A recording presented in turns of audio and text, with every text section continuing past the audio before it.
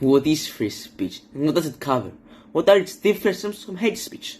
Simply put, freedom of speech is the right one has in order to express our own opinions in a civil manner, provided they can support those ideas.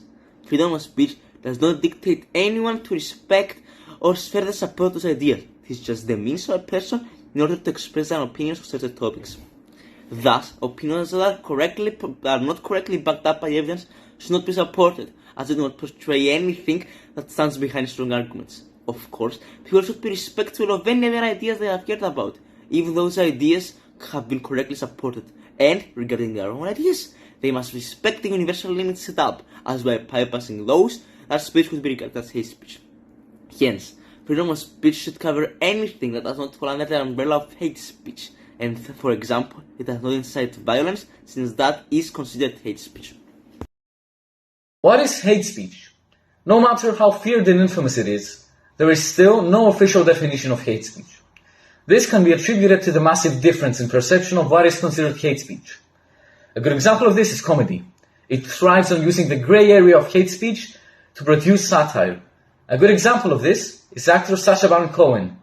He uses often grotesque hate speech and extremism to illustrate the pure absurdity of it. A not so good example of this is the French newspaper Charlie Hebdo. They have faced controversy for depicting Muhammad, something that is considered sacrilege in the Islam religion. This is considered hate speech, as there is no purpose to depict Muhammad in regards to the actual joke, making the depiction unnecessarily offensive.